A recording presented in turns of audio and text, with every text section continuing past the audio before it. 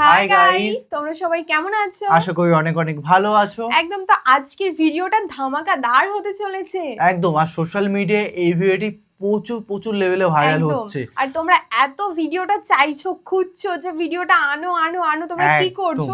তো ফাইনালি ভিডিওটা নিয়ে কিন্তু আমরা হাজির হয়ে গেছি। একদম, তো আজকের ভিডিও টাইটেলটি জাস্ট শোনো, মানে টাইটেলটি এতটাই বেশি ভাইরাল, এখন কিন্তু অনেকটাই বেশি দেখা যাচ্ছে এই বিষয়গুলো। বিএনপি নেতার বাধা, এটা কিন্তু আমরা কমন শুনতে পাচ্ছি বিএনপির ক্ষেত্রে। এটা কিন্তু আমরা অনেক ভিডিওতে রিয়াকশন দিয়েছি, এটা কেন কি বৃত্তান্ত অবশ্যই দেখব। তো মাহফিলে বিএনপি নেতার বাধা, তো সেটা দেখতেই হবে। চ্যানেল যদি নতুন হয়ে থাকে চ্যানেলটিকে সাবস্ক্রাইব করে দেবে, পাশে থাকা বেল আইকনটা টাং করে বাজিয়ে দেবে, একটা লাইক করে দেবে, আর মেইন ভিডিও ডেসক্রিপশন বক্সে লিংক পেয়ে যাবে, চেক আউট করে নিও। তো চলো আজকে ভিডিওটি শুরু করা যাক। এইভাবে আঙ্গুল উঁচু করে কথা বলেন না, শুনেন 17 বছর কথা বলতে পারেন নাই, এখন আল্লাহ দিছে শুকর করেন। আলেমুল আমার অপমান করেন না, আপনি আপনারা কথা বলেছেন, আলেমুল আমার অপমান করেন না। তারেক জি আলেমদের সম্মান করে, আপনাদের সম্মান করছি। আমার মতো ইলিয়াস রহমান জিহাদের কার্ড দিয়ে দাওয়াত দেয়।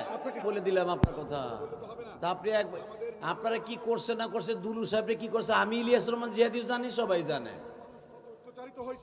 এখানে আপনার কথা তো সেমিনারে শুনবে, আপনাদের মাহফিলে শুনবে, এটা আমার মাহফিল আজকে।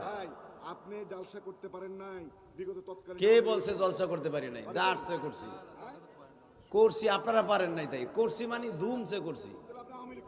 কেডা? আমার জন্মগতভাবে আওয়ামী লীগ না। কিভাবে জলসা করলেন? তৎকালীন আপনি তো আওয়ামী লীগ করেন, ওনার এটা পলিটিক্যাল রাইট কথা বলা, আপনি তো আওয়ামী লীগ করেন, তাহলে কথা আপনি কিভাবে বলেন? এখানে মানে দুই একটা হয়তো বাদ থাকতে পারে। ভাই শোনেন, ক্ষমতা আজকে আপনার, কালকে কিন্তু আরেকজনের। আমরা সাথে রাজনীতি করি না, আমি কোনো রাজনীতি করি না। দারুণ বলেছে হুজুর। হ্যাঁ, আমি কিছু বলছি, আপনি কিভাবে কথা বলেন? কি বললাম আপনারা?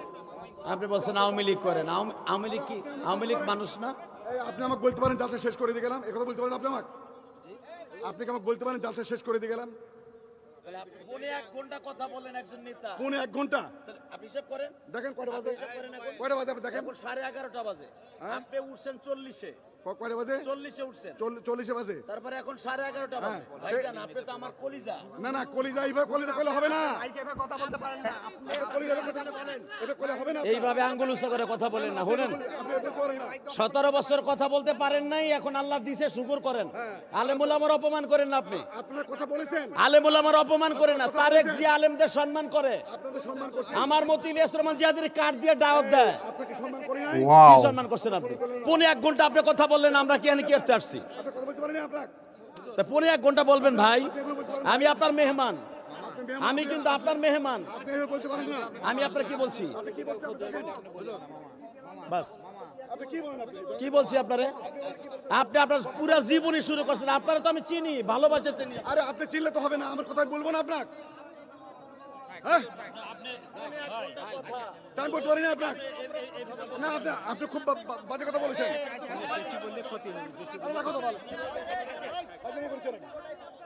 কি অবস্থা, মানে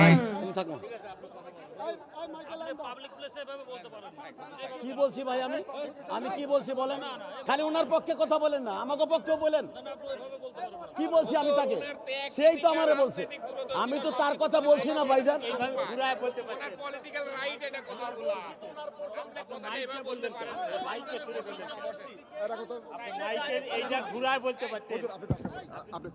ভাইজান, আপনার প্রশংসা আমি করছি না ভাই, আমি আপনার মেহমান। ভাইজান বসো, বলেন আলহামদুলিল্লাহ, বলেন সবাই আলহামদুলিল্লাহ। সর্বময় ক্ষমতার মালিককে। আমাদের প্রধান অতিথির পক্ষ থেকে আসছিলেন, জেলা পরিষদের পক্ষ থেকে, আলহামদুলিল্লাহ ওনার কথার ভিতরে অনেক দিক নির্দেশনা চলে আসছে। তার ভিতরে একটা হলো, উনি ফেসিস সরকারের 17 বছরের জুলুম নির্যাতনের কথা বলেছেন। আল্লাহ, উনি যে জুলুম নির্যাতনের শিকার হয়ে ঘর হারিয়েছেন, সন্তানের ইলমে দিন থেকে মাহরুম হয়েছেন, ওনার মনে অনেক ব্যথা। উনি 1 ঘন্টা কথা বলেছেন, আমি দেখেছি। ওনার মনের কষ্টগুলো প্রকাশ করেছেন, হয়তো আমার কষ্ট হয়েছে, কারণ উনি কোথায় যাবে জানি না, আমি ঢাকা যাব, কালকে আমার ঢাকা প্রোগ্রাম। অতএব হয়তো আমি অন্য সেন্সে তাকে বলেছি, আমি কিন্তু তাকে অনেক ভালোবাসি। সে এখানে স্টেজ ওঠার আগে কিন্তু আমি অনেক প্রশংসা করছি না ভাই, অনেক প্রশংসা করছি, এবং তার পায়ের জন্য আমি আল্লাহর কাছে দোয়া করছি।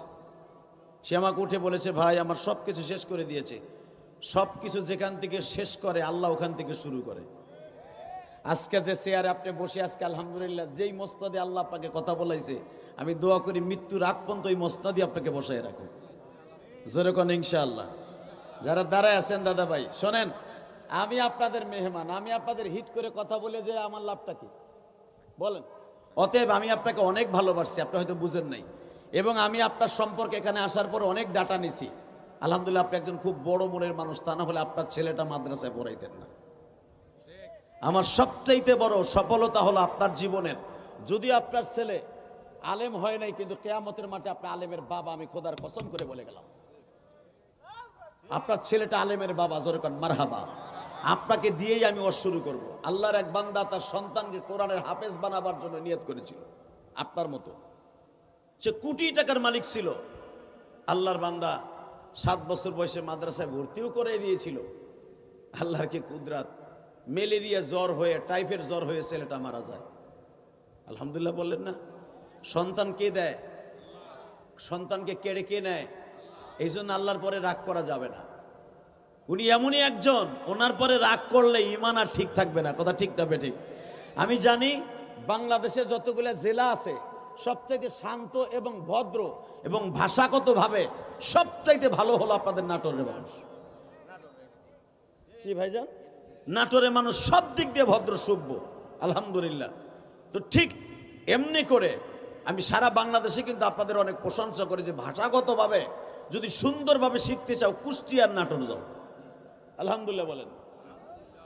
আপনার ভাষাগুলো এত সুন্দর ছিল, আমি চাই আছে মাঝে মাঝে ভাসতেছিলাম, বুঝতেছিলাম যে অনেক সময় আমরা 1-2 ঘন্টা কথা বলতে যাইয়া অনেক কথা এদিক সেদিক হয়ে যায়, কিন্তু আমার ভাইয়ের কথাগুলা কি সুন্দরভাবে বলতেছে।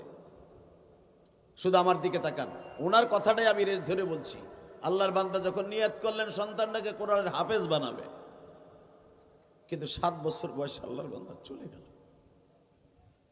হঠাৎ করে আল্লাহর বান্দা যখন সন্তানটাকে হারিয়ে পাগল পার হয়ে গেল, কারণ যেই সন্তান বাবারে কাফনের কাপড় জড়িয়ে কবরে রাখবে, সেই সন্তানকে বাবাই কবরে রাখে, এর চাইতে কষ্ট আর কি আছে? ঠিক না বেঠিক? জোরে বলেন। আপনাকে মন খারাপ, তাহলে আওয়াজ দেন না কেন? কথা ঠিক না বেঠিক? নিয়ম কি? সন্তান আমারে কবরে রাখবে, এখন সন্তানরে যদি বাবার রাখতে হয়, পৃথিবীর সবচাইতে করুণ ইতিহাস, বাবার কাঁধে সন্তানের লাশ। ঠিক না বেঠিক? বাপরে, তো সত্যি কথা। সত্যি দারুণ কথা বললেন হুজুর, কিন্তু মন থেকে অনেকটাই ভালো, কিন্তু উনি একটু ক্ষিপ্ত হয়ে গেছিল। কিন্তু হুজুর যতগুলো কথাগুলো বললেন, আমার কাছে মনে হয় পার্সোনাল ভাবে উনি যত কিছু বলেছেন একদম সঠিক বলেছেন, হ্যাঁ, এবং তো আমার কাছে মনে হলো। আমি কিন্তু ফার্স্ট টাইম এই হুজুরের ভিডিও দেখছি। ও তাই? আমি এর আগে দেখিনি, তো আমার মোটামুটি ভালোই লেগেছে, খারাপ বলবো না। কিন্তু এই কন্টেন্টটা যদি আরো লং হতো, তাহলে আমরা ডিটেলসে বুঝতে পারতাম যে শুরু কোথা থেকে হয়েছে, কে কি বলেছে, কিভাবে কন্ট্রোভার্সি মানে এই ঝগড়াটা শুরু হয়েছে। কারণ এক পক্ষ থেকে তো কিছু বোঝা যায় না, কিন্তু আমি হুজুরকে কম বেশি করে অনেকটাই চিনি।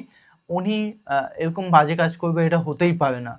তো যাই হোক, তোমাদের কেমন লাগলো? যে কন্টেন্টে অনেকেই খুঁজছিল, কেমন লাগলো অবশ্যই কমেন্টে জানিয়ে দিও। প্লাস একটা কথাই বলবো, চ্যানেলে অনেক সুন্দর সুন্দর ভিডিও আপলোড করা আছে। শুধুমাত্র তোমাদের রিকোয়েস্ট মতন, তোমরা যেমনটা রিকোয়েস্ট করো, আমরা কিন্তু তেমনটাই ভিডিও তোমাদের প্রেজেন্ট দিই। তো চ্যানেলে অনেক সুন্দর সুন্দর ভিডিও আপলোড করা আছে, প্লিজ তোমরা চেক আউট করো, অনেক বেশি ভালো লাগবে। তো চলো guys, bye bye, take care.